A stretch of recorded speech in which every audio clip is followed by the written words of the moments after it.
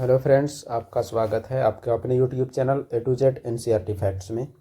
तो आज हम लोग रेलवे ग्रुप डी का जो 2019 वैकेंसी का जो 2022 में आपका एग्ज़ाम हुआ था 17 अगस्त 2022 को, उसका थर्ड शिफ्ट हम लोग करने वाले हैं। जो आपका पहला शिफ्ट और दूसरा शिफ्ट है उसका वीडियो आपका आ गया है, चैनल का प्लेलिस्ट में आप देख सकते हैं। जो हमारा तीसरा वीडियो है रेलवे प्रीवियस ईयर साइंस का जो सीरीज चल रहा है उसका है।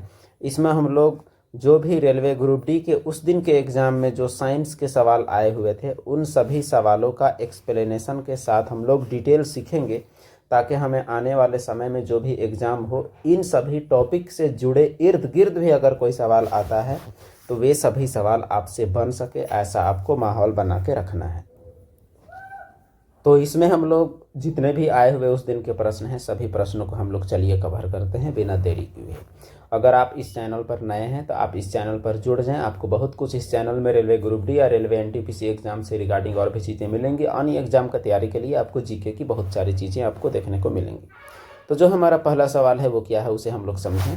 सवाल आपका ये कहता है कि किसी पदार्थ की प्रतिरोधकता इनमें से किस कारक पर निर्भर करती है? अनुप्रस्थ काट का क्षेत्रफल, तापमान, लंबाई या प्रतिरोध। तो सबसे पहला बात यह है कि प्रतिरोधकता क्या होता है, इसे आपको समझना है। इससे पहले आपका दिमाग में आ रहा होगा एक वर्ड जिसे हम लोग बोलते हैं प्रतिरोध। प्रतिरोध क्या होता है? धारा के बहाव में रुकावट को प्रतिरोध कहते हैं और उसे ऐसे हम लोग डिनोट करते हैं। ये रहा आपका प्रतिरोध। धारा के बहाव में रुकावट को क्या कहा जाता है? तो वो प्रतिरोध कहा जाता है। और प्रतिरोधकता क्या कहते हैं? मान के चलिए कोई तार है आपका, कोई तार जिसका आयतन इकाई है, यानी उसका आयतन 1 मीटर क्यूब है, और उसका प्रतिरोध जो होता है यानी इकाई आयतन वाले तार का जो प्रतिरोध है उसे ही हम लोग कहते हैं प्रतिरोधकता। और ये प्रतिरोधकता जो है इसे हम लोग डिनोट करते हैं लैटिन के अक्षर रो से। अब इसमें आप इकाई आयतन सुन के आपको अजीब लग रहा था होगा, क्योंकि आप हो सकता है अलग पढ़े हों। क्या अलग पढ़े होंगे वो भी आपको बताएं। ये R बराबर आपका होता है रोएल बाई ए। इस प्रकार आपका रो बराबर आपका हो जाता है RA/L। ये RA/L में ये क्या होता है, A और L, ये आप देखिए। जैसे आपका ये तार है, तार जो होता है वो बेलनाकार का होता है। अब ये जो आपको एरिया दिख रहा है ये आपका A है और ये जो लंबाई है आपका। अब देखिए एरिया गुनी लंबाई जो होता है वो आपका होता है आयतन। एरिया गुनी लंबाई आपका होता है आयतन, यानी एरिया गुनी लंबाई। इस प्रकार यह तो आयतन ही हुआ। अब देखिए प्रतिरोध, हम लोग प्रतिरोधकता किसे कहते हैं? जब आपका आर का मान तो ठीक है, एरिया का मान भी 1 हो और लंबाई का मान भी 1 हो तो उस तार के प्रतिरोध को क्या कहेंगे? प्रतिरोधकता कहेंगे। इसका मतलब जिसका आयतन 1 हो या जिस तार की लंबाई 1 मीटर और उसका क्रॉस सेक्शनल एरिया यानी अनुप्रस्थ काट का क्षेत्रफल, ये अनुप्रस्थ काट का क्षेत्रफल आपका ये है और उसके बाद लंबाई आपका ये है। प्रतिरोध आप देख चुके कि प्रतिरोध आपका ये है। एक चीज आया आपका तापमान। अब देखिए यहाँ पर सवाल कि प्रतिरोधकता किस पर निर्भर करेगा। तो देखिए प्रतिरोधकता है वो आपका लंबाई, एरिया या प्रतिरोध, इन सभी चीज़ों में किसी पर भी निर्भर नहीं करेगा। यानी ना इसमें करेगा, ना इसमें करेगा, ना इसमें करेगा। क्यों? क्योंकि यह तो इकाई जगह का होता है, क्षेत्रफल भी इकाई, यह भी इकाई, तो इकाई जगह का होता है तो इस पर निर्भर कर ही नहीं सकता है। केवल आपका एक चीज़ बचता है, वह है आपका तापमान। इस प्रकार आपका जो प्रतिरोधकता है वो आपका निर्भर करता है तापमान पर। तापमान बढ़ाने से प्रतिरोधकता बढ़ती है। तो इसका सही जवाब आपका हो गया तापमान। और इसमें आप जो R बराबर रोएल बाई ए है इसका इस्तेमाल करके आपने अभी सीखा, और इसमें कौन क्या है आप बखूबी देख चुके हैं। अगला प्रश्न हमारा है क्वेश्चन नंबर 2। सवाल कहता है कि निम्नलिखित में से कौन सी विद्युत ऊर्जा की वाणिज्यिक इकाई है? देखिए विद्युत ऊर्जा जो है आपका, विद्युत ऊर्जा, तो विद्युत ऊर्जा का असल में इकाई आपका क्या होता है? तो वो होता है जूल। ऊर्जा की इकाई जूल होती है, और जूल ऊर्जा के साथ साथ कार्य की भी इकाई होती है। ऊर्जा के साथ साथ कार्य की भी। अब बात यह है कि वाणिज्यिक यानी व्यापारिक इकाई जो होता है वो आपका अलग होता है। वो आपका क्या है? तो वो आपका है किलोवाट घंटा, यानी KWH जो है वो आपका ऊर्जा की, विद्युत ऊर्जा की वाणिज्यिक इकाई है, जो बराबर होती है 1 किलोवाट घंटा 3.6 गुनी 10 के पावर 6 जूल के बराबर होती है। यह सवाल भी रेलवे के कई एग्जामिनेशंस में पूछी गई हैं, इसीलिए आपको यह चीज़ जानना चाहिए। अगला प्रश्न हमारा है क्वेश्चन नंबर 3। जिस बंदे ने भी इस सवाल को हल किया है उसने इंग्लिश में हल किया है, शायद ये सवाल उसे समझ में न आया हो। अगला सवाल, guard cell are involved in the process of. ये गार्ड सेल क्या होती हैं ये आपको बताएं। जो आपका पौधे की पत्तियां होती हैं, तो पौधे की जो पत्तियां आपका होती हैं इस प्रकार से, तो उन पत्तियों में छोटे छोटे रंध्र होते हैं। रंध्र यानी छोटे छोटे छिद्र होते हैं, जिन्हें हम लोग इंग्लिश में एस्टोमेटा और हिंदी में रंध्र का संख्या देते हैं। अब बात यह है कि वो रंध्र जो होता है, रंध्र के जो छोटे छोटे छिद्र, उस छिद्र के बगल में होती है द्वार कोशिकाएं, और यही जो द्वार कोशिकाएं हैं इन्हें ही गार्ड सेल कहा जाता है। यानी दरवाजे पर खड़े रहने वाले guard cell, GURD, guard cell, वही जो आप गार्ड समझते हैं वही गार्ड सेल है। तो अब ये कौन से प्रोसेस में इन्वॉल्व्ड हैं? तो जाहिर सी बात है आपको पता है कि ये सब वाष्पोत्सर्जन में इन्वॉल्व्ड हैं। वाष्पोत्सर्जन क्या होता है? तो वाष्पोत्सर्जन एक ऐसी प्रक्रिया होती है जिसमें पत्तियों से भाप बन के आपका पानी का क्षय होता है, और जब ये मुंह खोलती हैं तब आपका गैसों का आदान प्रदान होता है। तो यही प्रक्रिया है, तो यही आपसे पूछा गया है। सवाल आपका क्या है? Guard cell are involve in the process of. Guard cell किस प्रक्रिया में इन्वॉल्व्ड हैं? तो देखिए आपका ट्रांसपायरेशन, जिसका हिंदी होता है आपका वाष्पोत्सर्जन। तो आप जब भी बनाएंगे तो आपको तो हिंदी करने का ऑप्शन रहेगा, इसीलिए आप इस हिंदी वाले में ही अभी रहेंगे। तो वाष्पोत्सर्जन आपका इसका सही जवाब है, क्योंकि सर्कुलेशन होता नहीं है इससे, ट्रांसपोर्ट ऑफ फूड इससे होता नहीं है, ट्रॉपिक मूवमेंट इससे होता नहीं। आपका सही जवाब केवल वाष्पोत्सर्जन है। तो गार्ड सेल क्या है आपको पता चल गया। अगला सवाल हम लोग देखते हैं।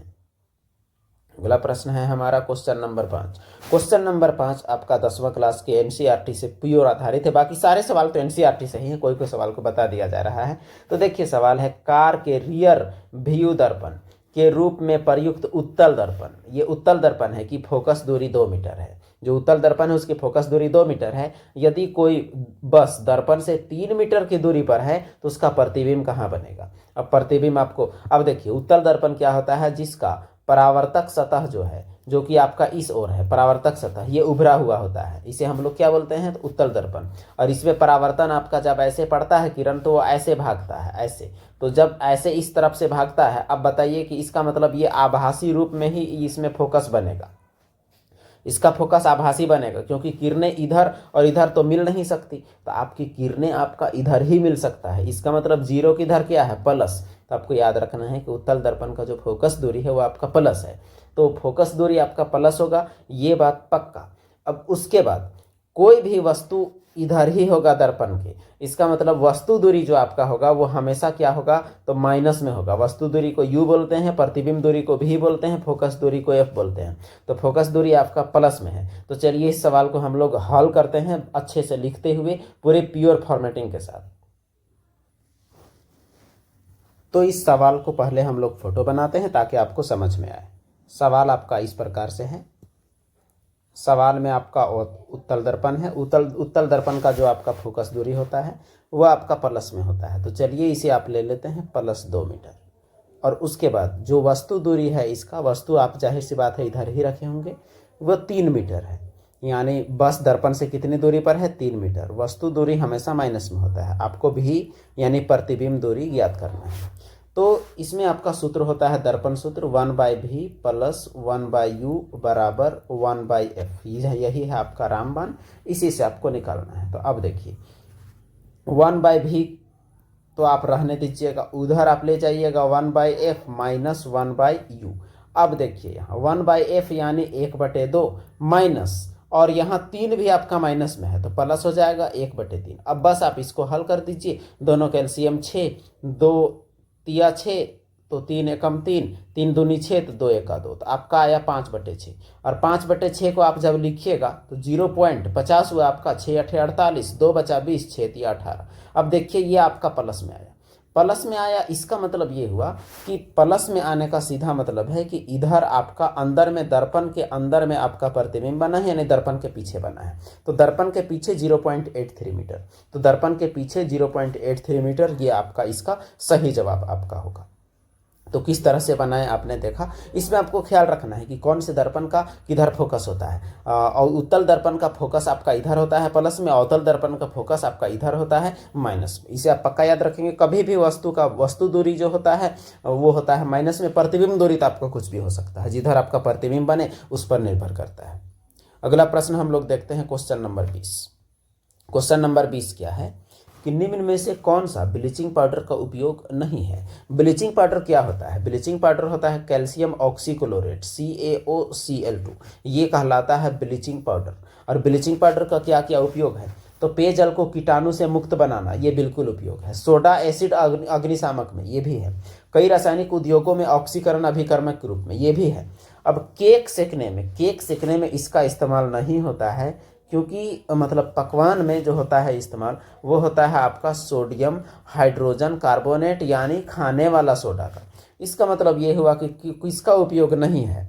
तो इसका जवाब आपका सीधा है कि ये ऑप्शन 4 जो है इसका उपयोग नहीं है। अब आप सवाल का जवाब में आ पाएंगे। तो यहाँ देखिए आंसर में क्या है, ऑप्शन 3 4 2 1। तो आपको इसको टिक करना है, ये आपका सही जवाब है। कभी कभी क्या होता है कि बनाने के बाद भी आप गड़बड़ कर देते हैं, यहाँ आपको देखना है कि कैसे टिक करना है। अगला प्रश्न, ये आपका मृदा से संबंधित प्रश्न है। सवाल ये कहता है कि soil degradation is one of the major environmental problem being faced this days, यानी जो भूमि का निम्नीकरण है, मृदा अपरदन कह सकते हैं। भूमि निम्नीकरण यह अभी का एक वर्तमान में मेजर पर्यावरण इशू है, मेजर पर्यावरण मुद्दा है। A wide range of technique to conserve soil are mention below. तो बहुत सारी तकनीकें जो वाइड विस्तृत तकनीकें का मेंशन किया गया है नीचे। तो इनकरेक्ट को चुनना है कि कौन सा तरीका अपनाया नहीं जाता है मृदा के बचाव के लिए। तो कौन सा तरीका नहीं अपनाया जाता है वही आपको जानना है मृदा बचाने के लिए। तो देखिए, क्रॉप रोटेशन बिल्कुल अपनाया जाता है, फसल चक्रीकरण अपनाते हैं, फसलों को बार बार बदल बदल के रोपते हैं। उसके बाद टेरेस फार्मिंग, यानी ये हुआ कि इसमें फार्मिंग का एक तरीका है जिसमें आप खेत के आरी के किनारे भी आप पेड़ पौधे लगाते हैं। ओवर ग्रेजिंग ये ही नहीं होगा, क्योंकि ओवर ग्रेजिंग यानी अति चराई जो है हम क्यों करेंगे जमीन को बचाने के लिए, यही तो जमीन के नुकसान के लिए जिम्मेवार है। प्लांटिंग ट्री ये तो हम लोग करते हैं। इसका मतलब ये हुआ कि इसका सही जवाब आपका ये है। तो सही जवाब क्या है वो आप देख लें। सही जवाब आपका ये रहा, ओवर ग्रेजिंग, वही है इनकरेक्ट। अगला प्रश्न आपका है कि एक गर्भ निरोधक तकनीक जो गर्भाशय के भीतर शुक्राणुओं के फेगोसाइटोसिस को बढ़ाती है, यानी उसके मृत्यु दर को बढ़ाती है कह सकते हैं। तो इनमें से कौन सा ऑप्शन है? Option A, option B, option C, option D. तो इसका जो सही जवाब जो आपका हो जाएगा वो है आपका कॉपर टी का उपयोग। तो ये कॉपर टी का उपयोग से गर्भाशय के भीतर शुक्राणुओं का मृत्यु होता है। किसके उपयोग से? तो कॉपर टी के उपयोग से। इसीलिए कॉपर टी का उपयोग गर्भ निरोधक तकनीक के रूप में किया जाता है। अगला प्रश्न हुआ आपका क्वेश्चन नंबर 35। क्वेश्चन नंबर 35 आपका क्या है वो देखें।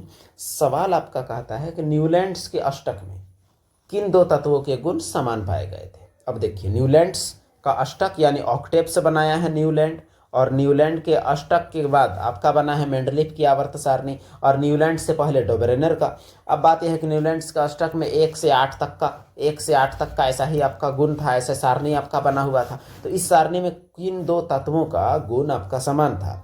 तो देखिए आप गौर कीजिएगा, लिथियम और सोडियम। ये लिथियम का परमाणु संख्या 3 होता है, यानी 2 और 1, और सोडियम का होता है 11, 2, 8 और 1। वर्तमान सिनेरियो के हिसाब से भी ये दोनों से सिमिलर है। इसका मतलब इसका जवाब यही है, लिथियम और सोडियम। ये वर्तमान हिसाब से भी हम लोगों ने कनेक्ट करके बताने का प्रयास किया। आगे ऑप्शन आपको चेक करने का बिल्कुल जरूरत नहीं, क्योंकि आपका पहला ही जवाब इसमें आपका आ गया। सोडियम मैग्नीशियम समान ग्रुप में नहीं है, हाइड्रोजन थोरियम समान में नहीं है, कैल्शियम क्लोरीन ये भी समान में नहीं है। अगला प्रश्न आपका है क्वेश्चन नंबर 42।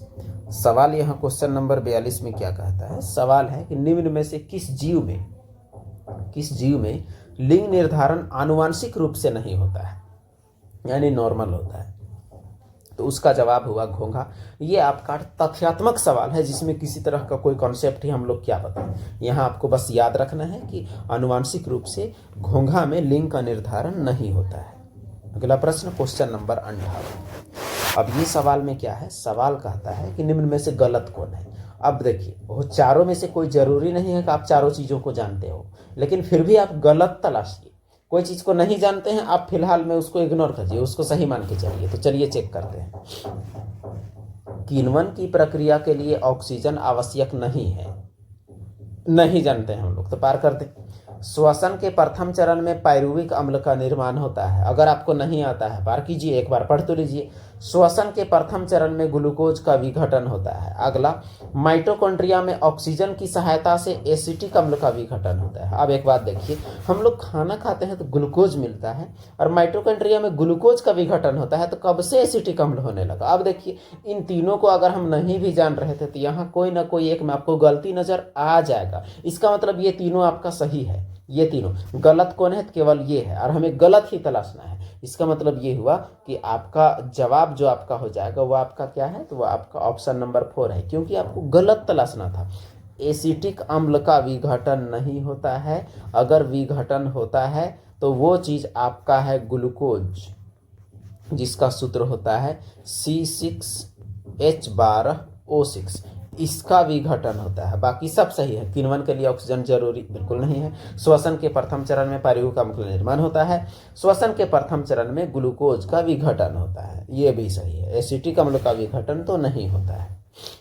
अगला सवाल हम लोग देखते हैं, क्वेश्चन नंबर 62, यानी यहाँ के लिए जो भी नंबर हो। अब ये नंबर आपका क्यों बदला हुआ है आपको अंदाजा तो हो गया होगा।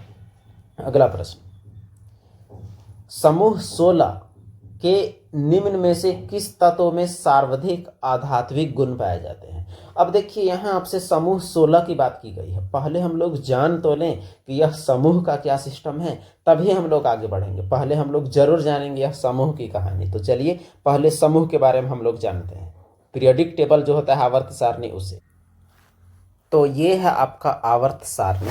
इसे अंग्रेजी में पीरियोडिक टेबल और हिंदी में हम लोग बोलते हैं आवर्त सारणी। ये आवर्त सारणी आधुनिक आवर्त सारणी है जिसमें तत्वों का वर्गीकरण हम लोग करते हैं। इसमें आप देख सकते हैं कि इसमें जो लाइनिंग आपका ये है, ये लाइनिंग ऐसे लाइनिंग आपके साथ है, और इन लाइनिंग को जिसका संख्या 7 है उसे हम लोग कहते हैं आवर्त। तो अगर पूछा जाए कि पीरियोडिक टेबल में आवर्त सारणी में आवर्तों की संख्या कितनी है, तो वो होगा 7। अब देखिए आपका गिनती है 1 2 3, उसके बाद देखिए 3 से 12 तक 13 14 15 16 17 और यहाँ आपका 18। तो ये जो आपका है सिस्टम आपका, इसे ये जो गिनती है ये 18, इसे हम लोग बोलते हैं वर्ग या इसे बोला जाता है समूह। अब देखिए आपका पहला समूह में हाइड्रोजन लिथियम ये सभी तत्व हैं, दूसरे समूह में ये तत्व हैं। अब 13वें में आपका ये है, 14वें में कार्बन परिवार, 15वें में नाइट्रोजन परिवार, और ये जो आपका है ये ऑक्सीजन वाला परिवार, इसी के बारे में आपका पूछा गया है 16वां। 17वां को हाइड्रोजन परिवार, 18वां को अक्रिय गैस ऐसे बोला जाता है। अब बात यह है कि इसमें जो पूछा गया है आपसे, तो यहाँ आपको कुछ चीज़ें जाननी है। नीचे जाने पर आवर्त सारणी में नीचे जाने पर धात्विक गुण बढ़ता है, नीचे जाने पर धात्विक गुण बढ़ता है। अब बताइए, यह ग्रुप 16 है ऑक्सीजन वाला, तो नीचे जाने पर धात्विक गुण बढ़ेगा। इसका मतलब सबसे बढ़िया अधातु यहाँ कौन होगा, तो जो सबसे ऊपर है वही होगा सबसे बढ़िया अधातु। तो वो आपका क्या होगा, तो वो होगा ऑक्सीजन। यही आपसे इस सवाल में पूछा गया है कि 16वां ग्रुप में सबसे बढ़िया अधातु कौन है, तो वो होगा आपका ऑक्सीजन। और इसमें आप देखेंगे तो ये आपका है एस ब्लॉक, ये आपका है पी ब्लॉक, ये आपका है डी ब्लॉक, ये आपका है एफ ब्लॉक। तो एस पी और डी और एफ इस प्रकार से बंटवारा है। एफ ब्लॉक में लेंथेनॉइड और एक्टेनॉइड, लेंथेनियम से लेंथेनॉइड, एक्टिनियम से एक्टेनॉइड, इसमें आपका 14 एलिमेंट आपको मिलेंगे। तो पीरियोडिक टेबल के बारे में फिर कभी, अभी आप इतना ही जानिए। चलिए बढ़ते हैं अगले सवाल की ओर। तो इस सवाल का जवाब आपको पता चल गया कि इसका जो जवाब होगा वो आपका होगा ऑक्सीजन, यानी क्वेश्चन नंबर 62 का ऑप्शन नंबर डी। अगला प्रश्न आपका है, निम्न में से कौन सी मानव कोशिका, निम्न में से कौन सी मानव कोशिका अपने आकार को बदलने की क्षमता रखती है। यह भी एक फैक्चुअल क्वेश्चन है। इसका सही जवाब आपका है ऑप्शन सी। ऑप्शन सी अर्थात आपका कौन सा हुआ, तो WBC व्हाइट ब्लड कर्पस्कल, यानी श्वेत रक्त कणिका जो होता है वो अपने आकार को बदलने की क्षमता रखती है। ये वही रक्त की कोशिकाएं होती हैं जो बीमारियों से लड़ने में हमारी मदद करती हैं और शरीर की इम्यूनिटी पावर को बढ़ाने में मदद करती है, जिनका पूरा नाम होता है श्वेत रक्त कणिकाएं। अगला प्रश्न हमारा है क्वेश्चन नंबर 71। ये सवाल आपका अवक्षेपण अभिक्रिया से संबंधित है।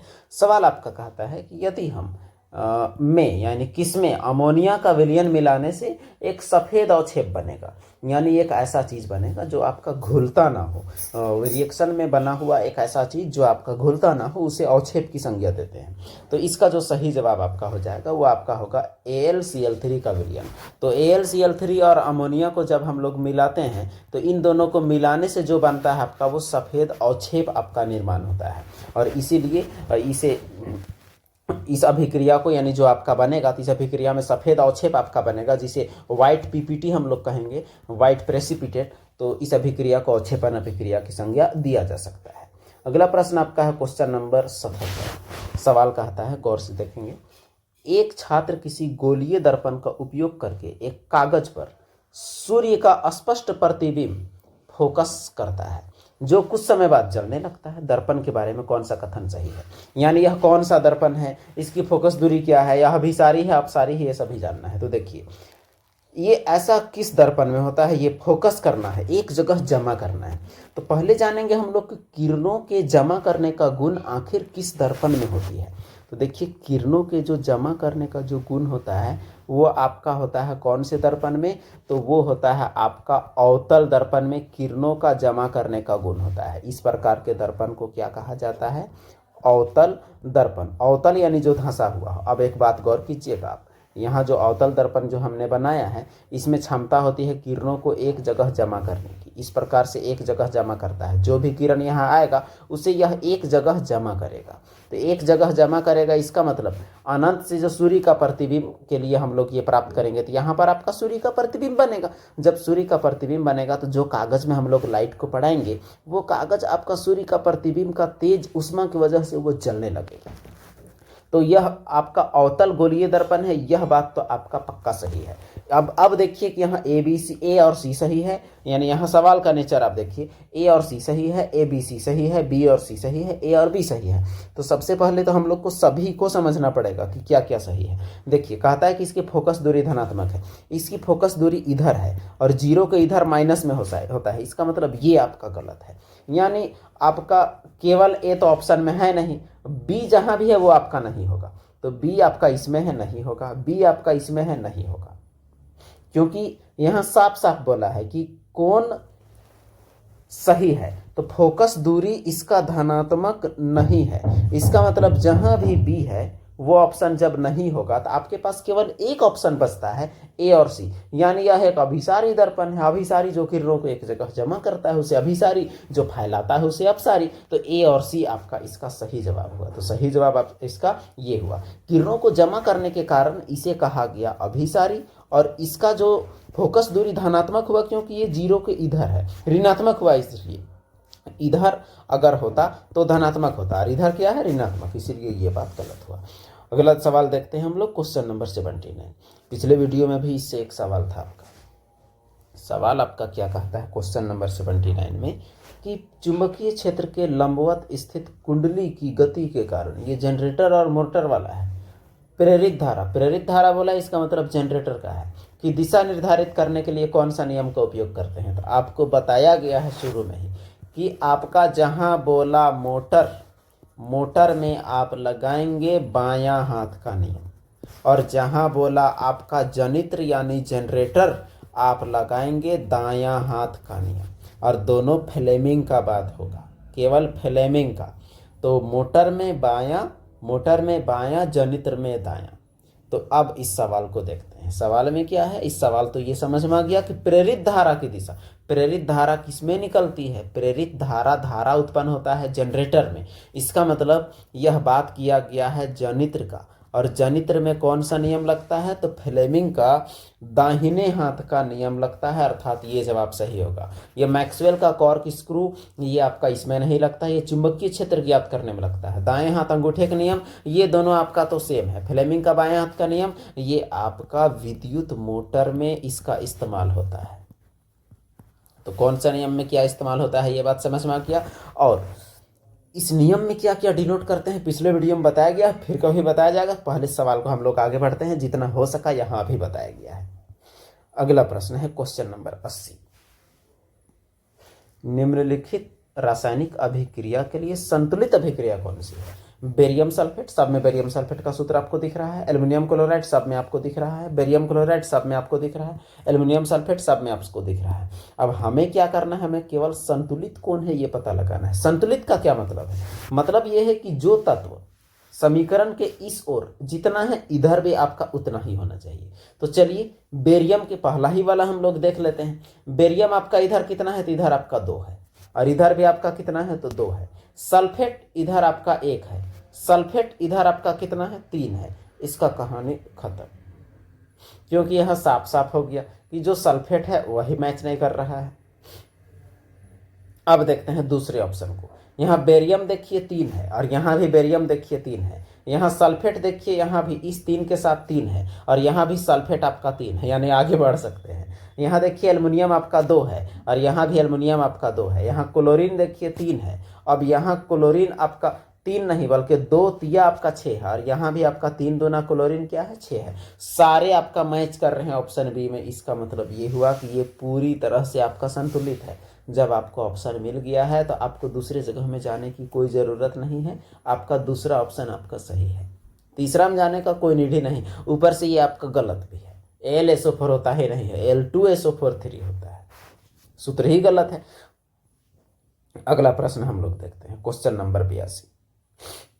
कहता है कि निम्न में से कौन सी स्थितियां संभव है? चुंबकीय बल रेखाएं एक दूसरे के समांतर हो सकती हैं, चुंबकीय बल रेखाएं सकेंद्रीय वृत्त बनाती हैं, और फिर आपका कहता है कि चुंबकीय बल रेखाएं एक दूसरे को प्रतिच्छेद कर सकती हैं। देखिए जो चुंबकीय क्षेत्र रेखाएं एक दूसरे को काटती नहीं है, इसका मतलब सी तो आपका नहीं होगा, सी आपका पक्का नहीं होगा।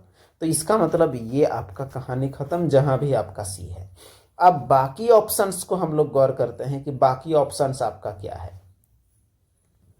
तो समांतर आपका हो सकता है, चुंबकीय क्षेत्र रेखाएं एक दूसरे के समांतर हो सकती हैं, और चुंबकीय क्षेत्र रेखाएं दूर जाने पर आपका सकेंद्रीय वृत्त आपका बनाती हैं। इसमें कोई तरह का कोई दो राय नहीं है, सकेंद्रीय वृत्त बना सकती हैं इस प्रकार से। इसका मतलब ये हुआ कि आपका ये दोनों आपका सही है, ये आपका गलत है। तो इसका अर्थ ये हुआ कि आपका जवाब आपका क्या होगा? तो 82 का जवाब आपका पकड़ रहा है आपका सी, क्योंकि ए और बी आपका दोनों सही है, लेकिन एक दूसरे को कभी नहीं काटती, यह बात आपको याद रखें। अगला प्रश्न हमारा है मानव वृक्क में वृक्काणु यानी नेफ्रॉन, जो किडनी होता है उसमें आपका नेफ्रॉन इसका इनबिल्ट इकाई है, सबसे छोटी इकाई है जो छानने का काम करती है। नालिका नुमा भाग द्वारा आरंभिक निस्यंद यानी छानने में किन पदार्थों का चयनात्मक यानी सिलेक्टिव पुनः अवशोषण किया जाता है? किन पदार्थों को दोबारा में अवशोषित किया जाता है, ये आपसे पूछा हुआ है। ऑप्शन देखिए, लवण, ग्लूकोज, वसा और जल। तो यहाँ आपको काटना है ऑप्शन, ग्लूकोज, जल, एमिनो अम्ल और प्रोटीन। ये आपको बोला हुआ है ग्लूकोज, जल, लवण, एमिनो अम्ल, जल, ग्लूकोज, लवण, प्रोटीन। अब एक बात गौर कीजिए, कभी भी आपका वसा को दोबारा एब्जॉर्ब आपको नहीं करेगा, और प्रोटीन को भी दोबारा एब्जॉर्ब नहीं करेगा। इसका मतलब यह हुआ कि आपको ऐसे ऑप्शंस काट देने हैं जहां भी आपका प्रोटीन और वसा है। अब देखिए जो आपका पहला ऑप्शन है, पहला ऑप्शन में आपका वसा है, इसका मतलब यह आपका नहीं होगा। दूसरा ऑप्शन में आपका प्रोटीन है, यानी यह नहीं होगा। अच्छा, चौथा ऑप्शन में भी आपका प्रोटीन है, यह आपका नहीं होगा। अब 86 का जवाब आपका सीधा जा रहा है आपका ऑप्शन नंबर सी, ग्लूकोज, जल, लवण और अमीनो अम्ल, एमिनो एसिड, इसका ही पुनः अवशोषण किया जाता है। अगला प्रश्न है क्वेश्चन नंबर 90। सवाल कहता है द्विवीय विस्थापन अभिक्रिया में ए और बी का स्थान पर क्या क्या आएंगी। पहले जानते हैं द्विवीय विस्थापन अभिक्रिया क्या होती है, या फिर इसका जवाब के बाद भी जान सकते हैं, कोई दिक्कत नहीं है। अब इसमें कहता है ए और बी के जगह में हम लोग का क्या होगा, तो ऑप्शन दिया हुआ है AgNO3 KBr, AgHNO3 HBr, NaOH HBr, NaOH, ऐसा आपका दिया हुआ है ऑप्शन। देखिए यहाँ इसका जवाब से ही हम लोग सीखते हैं कि जो इसका, या फिर पहले उदाहरण ही आपको दे लिया जाए। द्विवीय विस्थापन अभिक्रिया किसे कहते हैं? जब आयन या यौगिक आपस में आयनों का आदान प्रदान करते हैं, इसका मतलब एक दूसरे के जगह में बैठ जाते हैं। अब आप देखिएगा इसी में जो जवाब है आपका ये है, इस जवाब को हम लोग सेट करते हैं AgNO3 प्लस KBr बराबर आपका क्या बना है, Ag Br प्लस KNO3। अब देखिए इसमें क्या हुआ है, ये Ag जो है इधर आपका Br के साथ सेट हुआ है, देखिए, और जो बच गया आपका ये KNO3 आपका बना है। इसका मतलब आयनों का आदान प्रदान हुआ है, ये इसके जगह ये इसके जगह, इस प्रकार से यहाँ हुआ है। तो ऐसी अभिक्रिया को द्विविस्थापन अभिक्रिया कहते हैं, जिसमें आयनों का आदान प्रदान होता है। अगला प्रश्न है क्वेश्चन नंबर 92। समीकरणों को संतुलित करने की जरूरत क्यों पड़ती है? चारों ऑप्शन पहले पढ़ लें।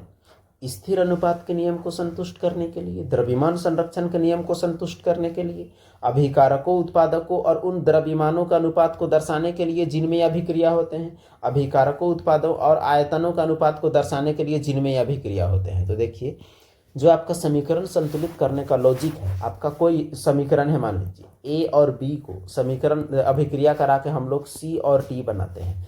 द्रव्यमान संरक्षण का नियम के अनुसार जो जो चीज से आप बनाएंगे, चीज तो उतना ही ना बनेगा, यानी समीकरण के दाईं और बाईं और आपका वजन आपका हमेशा बराबर होना चाहिए। तो ये आपका द्रव्यमान संरक्षण के नियम को संतुष्ट करने के लिए हम लोग समीकरणों को क्या करते हैं, तो संतुष्ट करते हैं। ये रहा आपका इसका सही जवाब। अगला प्रश्न आपका है क्वेश्चन नंबर 93। सवाल कहता है कि गहरे समुद्र में पानी का रंग नीला क्यों दिखता है? प्रकाश का प्रकीर्णन, प्रकाश का अपवर्तन, प्रकाश का परावर्तन, प्रकाश का वर्ण विक्षेपन। इसका एकमात्र जवाब है, वह आपका जवाब है प्रकाश का प्रकीर्णन। प्रकाश का प्रकीर्णन के कारण गहरे समुद्र में पानी का रंग नीला दिखाई देता है। प्रकीर्णन क्या होता है वो हम लोग जाने। जब किसी छोटे कण से प्रकाश का किरण टकराता है तो वो चारों तरफ तितर बितर हो जाती है, चारों तरफ वो फैल जाती है। इसी घटना को प्रकाश का परावर्तन कहते हैं। खास करके यह तब होता है जब इन कणों का आकार अत्यंत छोटा होता है, इतना छोटा जितना इसका तरंगदैर्घ्य होता है। तो इस घटना के कारण ही जैसे लाल रंग का जो प्रकीर्णन है वो सबसे कम होता है, तो लाल रंग सबसे दूर से दिखाई देता है। इस वजह से जो खतरे का रंग आपका लाल रखा गया है। अगला प्रश्न क्वेश्चन नंबर 100। ये सवाल धातु अधातु पाठ 10वां से पूछा गया है, विज्ञान से। सवाल कहता है निम्न धातुओं के अभिक्रियाशीलता के अनुसार अवरोही क्रम में व्यवस्थित कीजिए, यानी घटते क्रम में जो कितना अभिक्रियाशील कौन है। तो देखिए इसके लिए एक आता है आपका सक्रियता श्रेणी। सक्रियता श्रेणी में जो ऊपर होता है क्रियाशील, जो नीचे रहता है अक्रिय। और आप जानते होंगे सोडियम पोटेशियम को पानी में डुबा के रखते हैं क्योंकि वह बहुत अभिक्रियाशील है, और सबसे ज्यादा अभिक्रियाशील आपका पोटेशियम है। तो देखिए पोटेशियम तो चारों में है, इसका मतलब ये तो होगा ही, सोडियम आपका होगा ही, जिंक आपका होगा ही। ये तीनों का तो कहानी ही आपका खत्म है। अब आप ऑप्शन को जानने के लिए आप कैसे करेंगे, देखिए सोना और चांदी सबसे कम अभिक्रियाशील है, और यहाँ देखिए आपका चांदी जिसमें लास्ट ऑप्शन में है वो आपका इसका सही जवाब। तो चांदी देखिए यहाँ भी है और यहाँ भी है। अब यहाँ कॉपर और पारा में आपका बात हो रहा है, तो तांबा चांदी से ठीक पहले है, इसका मतलब कॉपर पारा आपका यहाँ होगा।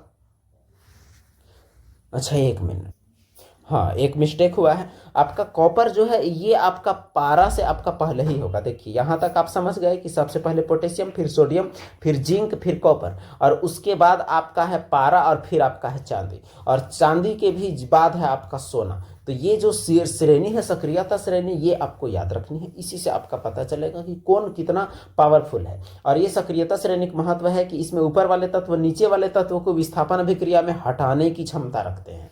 जैसे आपका जिंक जो है ये कॉपर को हटा सकता है, मिसाल के तौर पर ये हुआ आपका जिंक और ये हुआ आपका कॉपर का सल्फेट। ये अभिक्रिया होगा तो जिंक जो है वो ZnSO4 हो जाएगा और यहाँ आपका कॉपर हो जाएगा, लेकिन कॉपर जिंक को नहीं हटा सकता है। अगला प्रश्न आपका है क्वेश्चन नंबर 96। तो चलिए इस सवाल को हम लोग बारीकी से देखते हैं। सवाल कहता है दो तार A और B हैं, एक ही पदार्थ से बने हैं, उनकी लंबाइयां भी समान है किंतु अनुप्रस्थ काट का क्षेत्रफल अलग अलग है। ए तार A का प्रतिरोध B का प्रतिरोध का 16 गुने के बराबर है। तो A और B का अनुप्रस्थ काट का क्षेत्रफल का अनुपात निकालना है। इसका मतलब अनुप्रस्थ काट का क्षेत्रफल आपका ये होता है, ये आपका तार का जूमिंग वर्जन है जिसमें आपका ये लंबाई है। दोनों तार की लंबाइयां तो आपके बराबर है, तो इसमें कोई दो राय नहीं है, लेकिन दोनों का आपका अनुप्रस्थ काट का क्षेत्रफल आपका अलग अलग है। इसका आपका अलग है, इसका आपका अलग है। तो बात यह है कि चलिए प्रयास करते हैं सवाल को। देखिए आपका जो प्रतिरोध होता है वो आपका कितना होता है, इस टर्म में इसे आप देखिए प्रतिरोध निर्भर किस में करता है। तो जो आपका प्रतिरोध होता है R बराबर, वो आपका होता है ρl/A। इसका मतलब ये हुआ कि R आपका निर्भर किया ए का विपरीत यानी अनुप्रस्थ काट का क्षेत्रफल के विपरीत आपका निर्भर किया, ये आप जान लीजिए, यानी इसका उल्टा होगा, एरिया का उल्टा आपका प्रतिरोध होगा। अब सवाल कहता है तार ए का प्रतिरोध बी के प्रतिरोध के 16 गुने के बराबर है, यानी ए का जो प्रतिरोध है वो बी का प्रतिरोध के 16 गुने के बराबर है। अब देखिए आप ए अनुपात बी निकालिएगा, यानी बी को नीचे लाइएगा तो ऊपर आपका 16 नीचे आपका 1 है। अब आप एक बात गौर कीजिए, ये आपका क्या है, तो ये प्रतिरोध है। अब प्रतिरोध का ठीक उल्टा आपका होता है एरिया ऑफ क्रॉस सेक्शन यानी अनुप्रस्थ काट का क्षेत्रफल। तो आपका जो अनुप्रस्थ काट का क्षेत्रफल का जो होगा ए और बी का अनुपात अनुप्रस्थ काट का क्षेत्रफल के लिए, तो वो आपका इसके उल्टा यानी 1:16 आपका होगा। बस यही है इसका लॉजिक। ये आपका क्या है, ये आपका क्षेत्रफल वाला अनुपात है, ये आपका प्रतिरोध वाला है। तो बस वही कहानी। तो आपका इसका उलट गया आपका, इसीलिए इसका जो सही जवाब हो जाएगा आपका क्या होगा, तो वो होगा 1:16, क्योंकि इसका विपरीत निर्भर करता है, इन्वर्सली प्रोपोर्शनल यानी ये व्युत्क्रमानुपाती इसी को बोलते हैं कि एक सीधा चलेगा तो एक उल्टा चलेगा।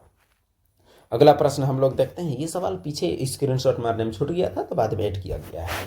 सवाल आपका क्या कहता है, गौर से देखेंगे। सवाल कहता है एक प्रकाश किरण दो माध्यमों को पृथक करने वाले इंटरफेस पर उसके अभिलंब के अनुदिश आपतित होती है। तो आपतित किरण परावर्तित किरण के बीच का कोण, पहले जानिए इसमें सिस्टम क्या है। जैसे मान लीजिए ये आपका दर्पण है और ये दर्पण में कोई किरण आपतित हो रही है और उसके बाद यहाँ जा रही है, तो आने वाला किरण को आपतित, जाने वाला किरण को परावर्तित, और ये जो बीच में रेखा खींचते हैं इसे अभिलंब बोलते हैं। अब देखिए जो आपका ये हुआ आपका कौन सा किरण, तो ये हुआ आपका आपतित किरण, और उसके बाद ये कौन सा हुआ, तो ये आपका हुआ परावर्तित किरण, और ये कौन सा हुआ, तो ये हुआ अभिलंब। ये कोण जो आपतित किरण के साथ बनता है इसे बोलते हैं हम लोग अपवर्तन कोण, ये आपतन कोण, और जो परावर्तित किरण के साथ बनता है उसे आर यानी परावर्तन कोण इसे कहते हैं। तो बात यह है कि अब आपतित किरण और अपवर्तित किरण, अच्छा यहाँ तो अपवर्तन आपका बोला है, तो ये हुआ आपका परावर्तन के केस में। ये अब अपवर्तन के केस में क्या है इसको भी देख लीजिए। जब आपका ये कोई लेंस होता है और ये लेंस आपका पारदर्शी है, जब कोई किरण यहाँ पड़ता है, पड़ने के बाद यह अपनी दिशा इधर जाना चाहिए था लेकिन इधर नहीं जाता है, आपका मुड़ता है, और ये आपका हो जाता है लंब, ये आपका आपतित किरण और ये आपका होता है अपवर्तित किरण। ये जो है ये आपका अपवर्तित और ये आपका होता है आपतित। अब बात यह है कि मान के चलिए अगर यहाँ जो सवाल पूछा है, ये सवाल क्या है इसे आप समझिए। सवाल कहता है यहाँ कि ऐसे आपका कोई इंटरफेस है और यहाँ सीधे ऐसे ही किरण अगर पड़ता है तो आपतित और परावर्तित के बीच का आपका क्या निकालना है, तो बीच का आपका कोण निकालना है। ये हुआ आपका आपतित यानी आने वाला किरण। तो ये मुड़ेगा कितना, तो देखिए ऐसे पढ़ने से इसको जाना इधर था, ये मुड़ जाएगा ऐसे, लेकिन सीधे आप पढ़ाइएगा तो आपका सीधे पार हो जाएगा एकदम सीधे। तो इसका मतलब ये हुआ कि आपतित और अपवर्तित में आपका कोई कोण बनेगा, तो बिल्कुल कोई कोण नहीं बनेगा। आप सीधे डालिएगा आपका 0 डिग्री से पार हो जाएगा, कोई कोण आपका नहीं बनेगा। यह बात आप याद रखेंगे हर हाल में। और इस कंडीशन में जो अपवर्तन होता है ये अभिलंब और आपतित किरण के बीच का कोण को आई अर्थात एंगल ऑफ इंसिडेंस यानी आपतन कोण कहते हैं, और अपवर्तित किरण और अभिलंब के बीच का कोण को आर यानी एंगल ऑफ रिफ्रैक्शन अपवर्तन कोण कहते हैं। तो ये हुआ आपका परावर्तन और अपवर्तन का कॉन्सेप्ट छोटा सा। आगे बढ़ते हैं हम लोग। अगला सवाल, ये आज का शायद आखिरी सवाल है, आखिरी ही है। सवाल आपका क्या कहता है, नर्मदा बचाओ आंदोलन की शुरुआत सरदार सरोवर बांध की ऊंचाई बढ़ाने के खिलाफ विद्रोह के रूप में हुई। तो बांध का कुछ हानि का चर्चा नीचे किया गया है, तो लाभ कौन सा है ये बताना है। तो वनों की कटाई, जैव विविधता को नुकसान, ये लाभ तो नहीं है, ये हानि ही है, इसका मतलब ये नहीं होगा, आपको लाभ तलाश करना है। जनता के धन का बहुतायत इस्तेमाल, ये तो आपका हानि है, लाभ नहीं है। सिंचाई और विद्युत का उत्पादन में सहायक, बिल्कुल ये लाभ है। बहुत से आदिवासी किसान विस्थापित, ये भी आपका हानि है। तो इस प्रकार से इसका सही जवाब आपको समझ में आ गया होगा कि सिंचाई और विद्युत में उत्पादन में सहायक, यही है इसका सही जवाब। तो इस प्रकार आपने किया आज ग्रुप डी में आए हुए 25 क्वेश्चन, जो आपका 17 अगस्त 2022 का शिफ्ट 3 में आए हुए प्रश्न थे। तो ये सभी प्रश्न आपके तैयारी को एक नया आयाम देंगे, जिससे आपको साइंस का कॉन्सेप्ट आपको अच्छे से समझ में आएगा। डायरेक्ट वैसे सवालों के माध्यम से जो सवाल आपका आ चुका है, तो पढ़िए ऐसे सवालों के साथ जिन सवालों से आपको भिड़ना भी है। तो चलिए फिर मिलते हैं हम लोग अगले वीडियो में, तब तक के लिए खुश रहें, स्वस्थ रहें, धन्यवाद।